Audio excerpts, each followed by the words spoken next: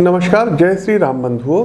18 अक्टूबर को ग्रह कुल के राजा भगवान भुवन भास्कर सूर्य नारायण दोपहर 1:18 पर अपनी नीच राशि तुला राशि में प्रवेश करने जा रहे हैं, जहां ये 17 नवंबर तक विराजमान रहेंगे।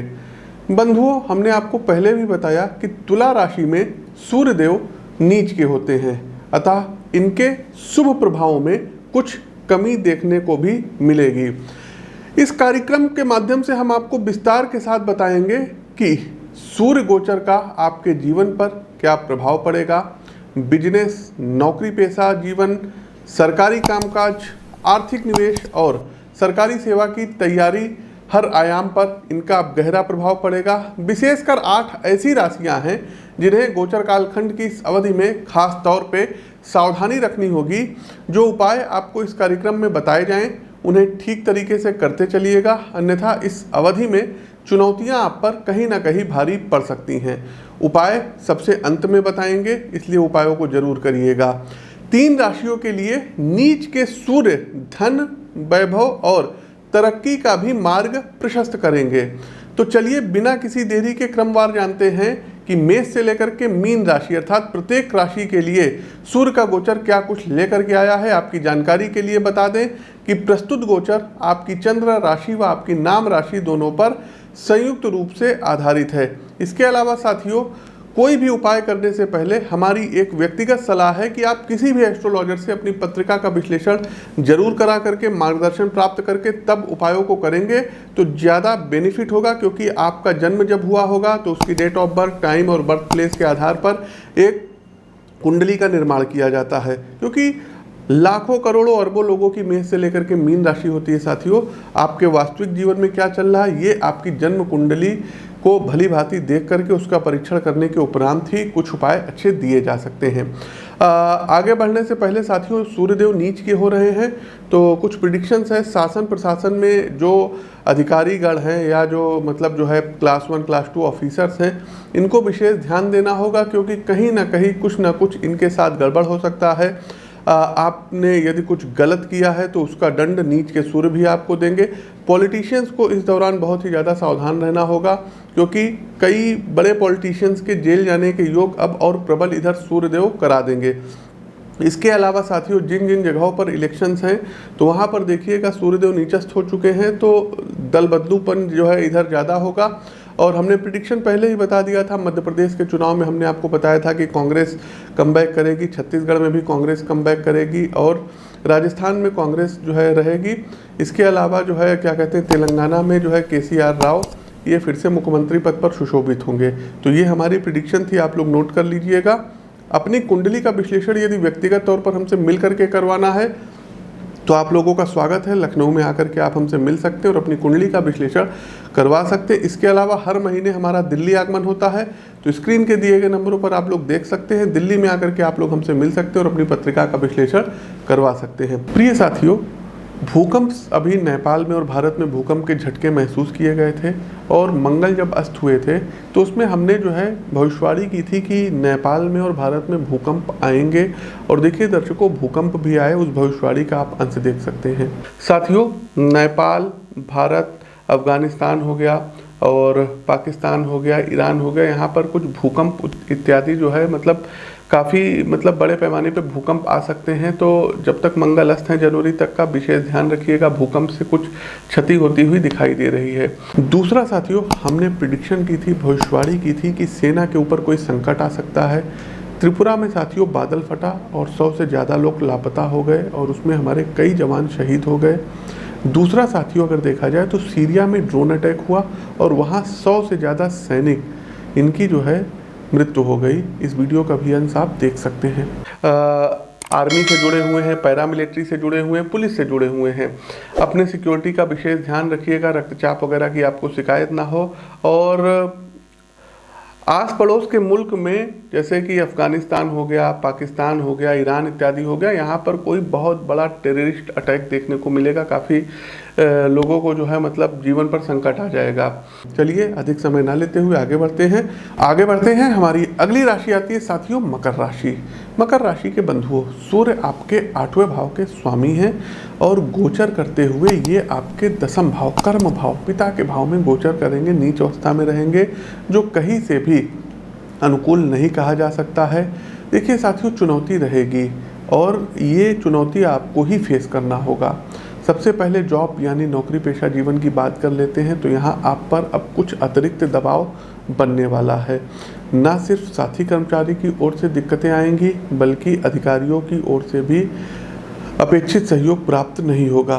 कहीं ना कहीं प्रोफेशनल रिश्तों में ट्रस्ट इशू देखने को मिलेगा, जिसके कारण कम्युनिकेशन की कमी पेशेवर दूरी बढ़ा सकती है।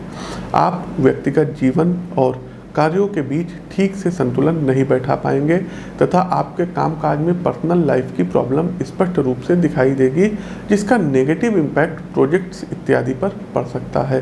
व्यवसाय में नवीनता का अभाव आपको मार्केट में अन्य प्रतिद्वंदियों से पीछे ढकेल सकता है, जिसका खामियाजा आपको आर्थिक नुकसान के रूप में उठाना पड़ेगा। इसके अलावा अपने टीम स्टाफ और बिजनेस पार्टनर पर कड़ी नज़र बना करके रखिएगा, कारण कि कुछ मतभेदों के कारण व्यावसायिक धोखे की स्थिति बन रही है। पर्सनल रिश्तों में तालमेल की कमी का अनुभव देखने को मिलेगा, जिसके कारण दिक्कतें रहने वाली है। रिश्तों में उपजी कुछ एक गलतफहमी एवं परिवार के भविष्य को लेकर निर्णयों में उपजा मतभेद भावनात्मक दूरी का कारण बनेगा। स्वास्थ्य के दृष्टिकोण से अकस्मात कोई समस्या आपके सामने आ सकती है, जिसमें हड्डियों से जुड़ा रोग परेशानी का कारण बनेगा। इसके अलावा आपकी माता जी भी हेल्थ इशू से और पिताजी भी हेल्थ इशू से परेशान रहेंगे, इसलिए डॉक्टर के प्रॉपर टच में रहिएगा और अपनी जन्म पत्रिका का विश्लेषण कराते रहिएगा। ब्रॉड इम्पैक्ट आर्थिक नफ़े नुकसान पर पड़ता हुआ दिखाई दे रहा है। करियर यानी नौकरी पेशा जीवन के संदर्भ में यदि स्थितियों की विवेचना करें तो आपकी ओर से दायित्व निर्वहन में कहीं कोई कमी नहीं रहेगी, लेकिन कंपनी अथवा आपका विभाग उस स्तर पे आपको प्रोत्साहन नहीं देगा जिसकी उम्मीद आप कर रहे थे। ये स्थिति आपके जो है मानसिक उत्साह को घटाने का काम कर सकती है। यहाँ सावधानी रखिएगा। निराश होकर कोई भी ऐसा निर्णय मत लीजिए जिससे और ज़्यादा नुकसान उठाना पड़े। आपके लिए सलाह है कि बिना किसी पारितोषिक कामना के निरपेक्ष रूप से दायित्व निर्वहन करते चलिए। जल्द ही आपकी योग्यता का सूर्य जीवन में जो है सफलता का प्रकाश लेकर के आएंगे। वहीं संबंधों और पारिवारिक जीवन की यदि बात करें तो मित्रों, आवश्यकता से अधिक उम्मीद रिश्तों में कड़वाहट पैदा कर सकती है। ये चीज़ आप भली भांति जान लीजिए। मेरा व्यक्तिगत रूप से मानना है कि परिवार में आप इस बात का हिसाब ना रखिए कि आपको मिला कितना, बल्कि आपने जो है कंट्रीब्यूट क्या किया, इसका ध्यान रखें तो फैमिली लाइफ आपकी स्मूथ चल सकती है। अब आते हैं कार्यक्रम का अंतिम उपाय है, जो है अंतिम पड़ाव है उपाय सेगमेंट का। उपाय क्या करना रहेगा, सभी राशियों के लिए है, सर्वमान्य उपाय है। देखिए, प्रातःकाल जितनी जल्दी उठ सकते हैं उठ जाइए। कोशिश कीजिए कि सूर्य उदय से आपको जो है पूर्व उठना है और भगवान भुवन भास्कर को एक आप जो है पीतल का या स्टील का लोटा ले लीजिए। उसमें आपको जल भरना है, थोड़ा सा गंगा जल डालना है, गुड़ मिलाना है और उसको अच्छे से घोलना है, खूब अच्छे से मिक्स कर लीजिए। इसके बाद दर्शकों, अगर कोई लाल पुष्प हो तो उस लाल पुष्प को उसमें जो है लोटे में डालिए, थोड़ा सा अक्षत वगैरह उसमें डाल दीजिएगा, लाल कुमकुम डाल दीजिएगा। और कुमकुम मतलब रोली होता है, ये ध्यान कर लीजिए। उगते हुए सूर्यदेव को आपको अर्घ देना है। ओम ह्रीं ह्रीं ह्रीं सूर्य आदित्याय नमः या ओम ह्रीं ह्रीं ह्रीं सूर्याय नमः, ये 2 मंत्र है दर्शकों। इस मंत्र से आप अर्घ दे सकते हैं। अर्घ देने के बाद आसन बिछा करके वहीं बैठ जाइएगा और उसके बाद अगर हो सके तो 3 बार आदित्य हृदय स्तोत्र का पाठ, अन्यथा 1 बार आदित्य हृदय स्तोत्र का पाठ आपको अवश्य करना होगा। दूसरा साथियों, कोशिश ये करना है कि संडे वाले दिन, रविवार वाले दिन, एक तांबे के लोटे में कुमकुम मिक्स करके और जो आग का पेड़ होता है जिसको मदार का पेड़ बोला जाता है, इसमें आपको जल चढ़ाना होगा। अगला एक उपाय है, यदि आपने माणिक्य पहना हो तो इधर 1 माह के लिए माणिक्य उतार दें जब तक सूर्यदेव तुला राशि में रहेंगे। प्रत्येक दिन अथवा रविवार वाले दिन गाय को गुड़ अवश्य खिलाइएगा। साथ ही साथ साथियों, कोशिश कीजिए कि किसी भी कार्य पर निकलने से पूर्व थोड़े से गुड़ का सेवन करके आप निकलिए। सूर्य कवच का पाठ और ख़ास करके याज्ञवल्क्य मुनिकृत सूर्य कवच का पाठ यदि आप लोग प्रतिदिन करते हैं तो कोई भी परेशानी आपके जीवन में आएगी ही नहीं। इस चीज़ को आप लिखित में हमसे ले लीजिए। साथियों, इसके अलावा प्रातःकाल सुबह जल्दी उठिए तो दोनों हथेलियों के दर्शन करिए। कराग्रे वस्ते लक्ष्मी, कर मध्य सरस्वती, कर मूले तु गोविंदा, प्रभाते कर दर्शनम करके हथेली के दर्शन करिए।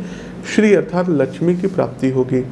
लाल चंदन का तिलक मस्तक पर लगाइएगा और यदि आपके माता पिता हैं आपके साथ तो सुबह उठ करके उनका पैर आपको छूना है। यदि आप उनसे दूर रहते हैं तो उनका चित्र होगा, हाथ जोड़ करके उनको प्रणाम कर लीजिए, आशीर्वाद आपको मिल जाएगा। तो साथियों, ये तो था हमारा सूर्य का तुला राशि में गोचर। कैसा लगा कमेंट बॉक्स के माध्यम से अवगत कराइए। नए हैं तो चैनल को सब्सक्राइब करिए, बेल आइकन दबाइए। अपनी वाणी को विराम देते हुए ज्योतिष के इस मंच से मैं पंडित आशीष वत्स आप सभी प्रबुद्ध साथियों से विदा लेता हूँ। नमस्कार, राम राम।